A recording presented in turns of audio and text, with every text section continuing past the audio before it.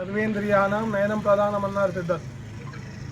ఈ అవయవాలలో అన్నిటికంటే ముఖ్యమైనది కన్ను కాబట్టి కంటిని రక్షించడానికి లయన్స్ క్లబ్ ఆఫ్ బాల్కొండ దృఢ నిశ్చయంతో ఉండి నల్ల చంద్రబాబు నారాయణ రెడ్డి స్మారక లయన్స్ భవన్ కిసాన్ నగర్లో ప్రతి మంగళవారం ఉచితంగా కంటి పరీక్షలు నిర్వహిస్తున్నాం.